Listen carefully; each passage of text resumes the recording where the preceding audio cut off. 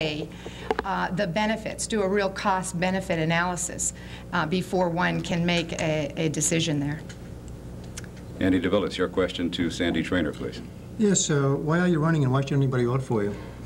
You already answered that one? Well, I thought I did. No, I you really, did. as I said to Andy, I knew Andy back at the State House when I was a legislative intern in graduate school, and we used to sit through human service hearings, and we're talking about Senator Jack Bachman. And what an idealist he was.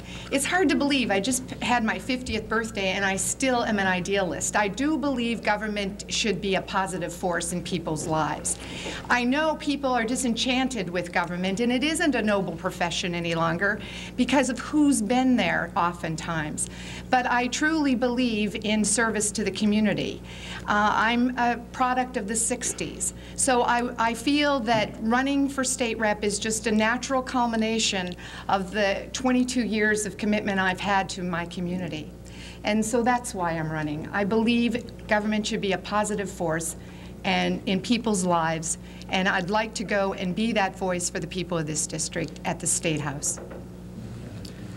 You have 30 seconds to respond to the same question, if you'd like, Brad. Yes. Having served as legislative aide for the past 3 years, and I think having done a very good job by the people of this district, I've taken it upon myself to ask for the promotion to state representative.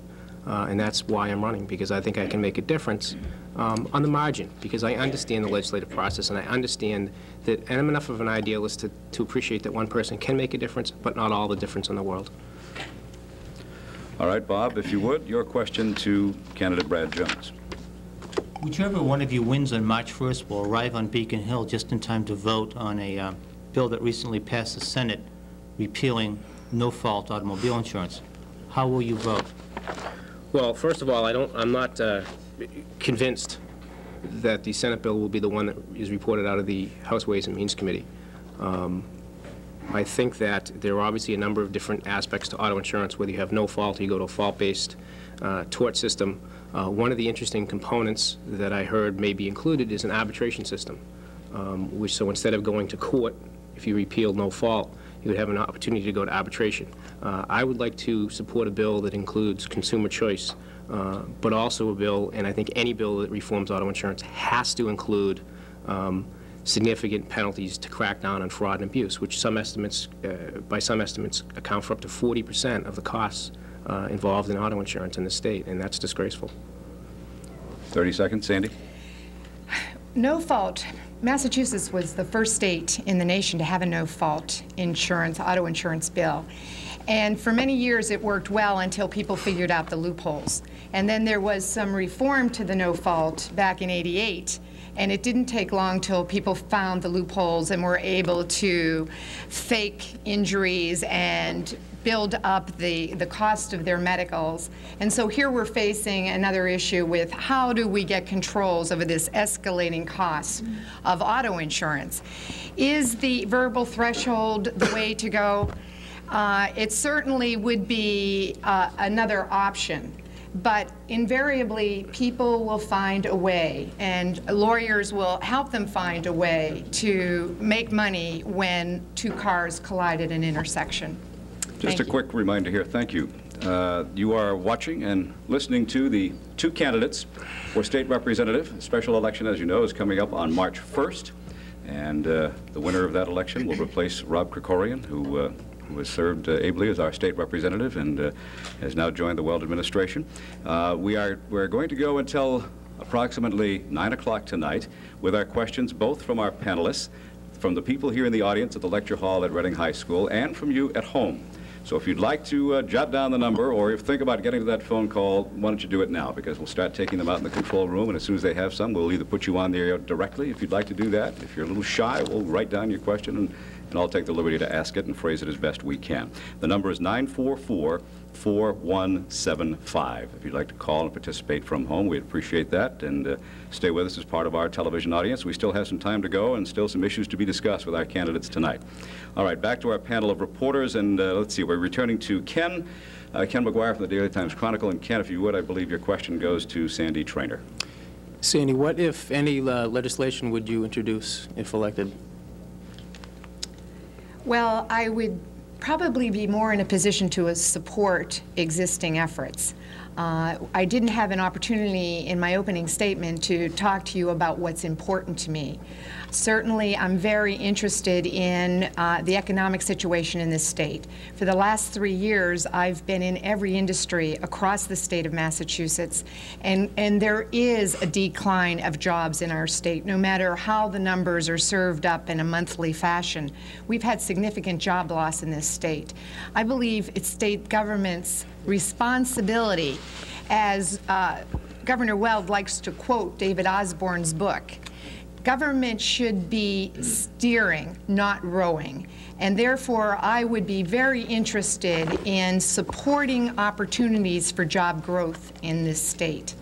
I'm also a strong advocate for quality education.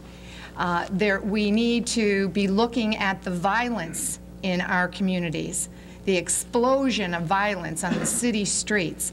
We've done a questionnaire of the voters of this district, and I was really quite surprised to find that crime and violence is the main concern of the voters in Reading, North Reading, and Wilmington. I really would have thought it would have been issues about the environment or issues about education. So I would direct my focus to what concerns exist in our own communities. 30 seconds, Brad, if you'd like to respond to the same question, please. Well, I think the first piece of legislation that I want to work on introducing, either by in bill form or as an amendment during the budget debate, is, as we are all aware, this is a special election and is a cost to our communities. But by virtue of the fact that there is not a representative right now, not a legislative aid right now, there's significant money that can be reimbursed to the towns to offset that cost. And I think that's a practical, doable solution or remedy to help the towns alleviate the cost of this election. All right, Andy DeBillis, if you would, your question, please, to Brad Jones. You were the aide to Representative Krikorian. You said you know the system. You've been up with the State House. You know your way around. I was reading your literature. It sounds like you're running for re-election, more so than an election almost. Yet you're in a district which, as currently configured, shows you're outnumbered almost 5 to 1 by Democrats and unenrolled. Mm-hmm. How can you hope to duplicate what Representative Krikorian did and overcome that disadvantage? Well, I think obviously Representative Krikorian did so when he ran in 1990 and did so successfully. I think that the people of this district, more important than party, are concerned about hard work, experience, record, stand on the issues. And I think during the course of my campaign, the platform that I lay out, my record of experience, my record of accomplishment, will speak for itself. And people will make a personal judgment when they go into the voting booth, more so than they will a party judgment or any other judgment on March 1st. Sandy, do you want to take 30 seconds to comment on that? Sure. I found it very interesting reading my opponent's material as well, because after reading that he paved Route 28 and got monies for the senior center, et cetera, et cetera, et cetera, I started to think, where's Rob Krikorian been that 2.5 years at the State House? So I agree with my opponent. People of this district do not vote party. They vote the candidate. And I'm sure when they compare and contrast the two candidates here tonight, that, well, I'm not absolutely convinced, but I'm hopeful that they will vote Traynor on March 1st. All right, we're going to have one more question from our third panelist of reporters, and then we're going to get, I'm told there are a couple of people on the phone, and there's some people in the audience. And by the way, there are people from the League of Women Voters, Reading, North Reading, sponsoring tonight's debate, sort of wandering the halls here. If you have a question, you'd like a notepad, jot a question down, feel free to do that. You can find them. We'll get to a telephone call in just a moment, but first, a question from Bob Troz, if you would, to Sandy Traynor. Education reform. A couple of years ago, the legislature finally passed a bill to reform education system in this state. Yet every year, the funding for this seems to grow more and more tenuous. If elected, what will you do to make sure that the dollars are there to back up our good intentions in this area? You're absolutely right, Bob. We need a stable funding source for education, and it needs to come from the state. We can no longer rely on property tax to fund the responsibility that the state has to every city and town, to every child in this Commonwealth, to provide a quality education. It has been proposed a 1-cent tax, an increase in the state tax that would be designated for education. This certainly would secure a funding mechanism for education. Otherwise, if you don't have funds earmarked for the cities and towns, then the cities and towns are crumbling under the pressure of 2.5 with the needs to comply with the requirements of education reform. I know in the town of Reading, right now, we're not in a terrible position in meeting that requirement for spending in the educational reform bill, but eventually we will. And what happens in the communities are the Department of Education gets pitted against other services because mandates are required spending in education. Other services in town have to be cut in order to balance the town's budgets because the towns are just strapped for monies right now. So we are committed to quality education. Money doesn't assure quality education, but lack of money assures inadequate education. So as a state, it's our responsibility to find that source and commit it in a consistent, stable fashion. Brad, 30 seconds.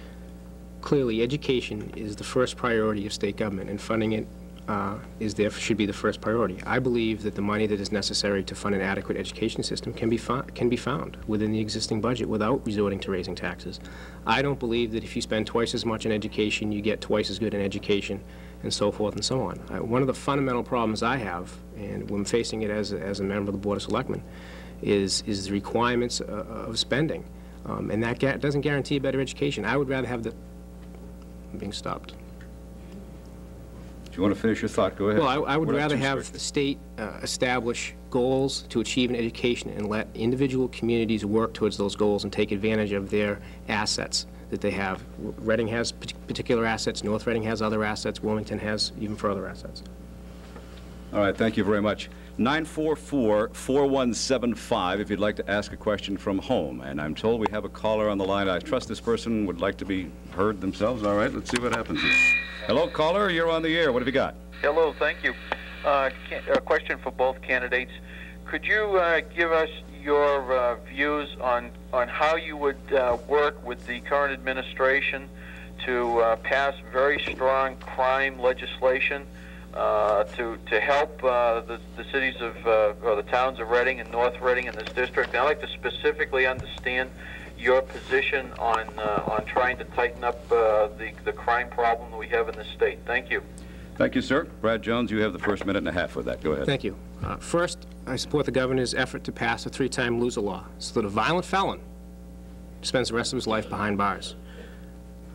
We have to start to try violent juveniles as adults. The governor implemented a very successful boot camp program for nonviolent youthful offenders. That should be expanded. We immediately have to pass the prison bond bill that was introduced by the governor, creating an additional 5,000 beds in our system. We have to reform the bail system to consider an accused level of dangerousness in setting bail. We have to pass, but most importantly enforce, a modified Bartley-Fox gun control law that really puts the users and possessors of an illegal firearm behind bars. And regardless of your position on the death penalty, I support the restoration of the death penalty in Massachusetts, but regardless of your position on the death penalty, it's an intolerable disgrace that our legislature has not had a hearing on a bill or taken a vote on this bill in 3 years. And I think that is a fundamental obligation of the legislature, of the legislators that represent the people, to take a stand on this most important issue. 30 seconds, Sandy Train. There's no way I can answer this question in 30 seconds because there are no sound bites that will address such a complex issue as the violence that we're facing in our communities. I do not believe the death penalty is the solution. It might be a feel-good solution because you feel like you have some control. We'll just put this person to death and we'll fix him. But it's no deterrent. We need to look at our society in a comprehensive way. Certainly, we need to look at the youthful offenders. I don't understand this 3-time loser bit, 3 times and you're out. You have to have 3 violent felonies before you do time? When you look at the juvenile justice system, we need total reform. Kids are different kids than they were when I was a kid. They know that they're not being punished. We talk about the Bartley-Fox Act. There are so many laws on the books that require mandatory sentencing. But it's a joke. We have to do what we say we're going to do and send the message that if you do crime, you do time. How's that for a soundbite? Again, the telephone number, if you'd like to call in with a question, 944-4175. We welcome your participation. A question from our audience here, just handed to me.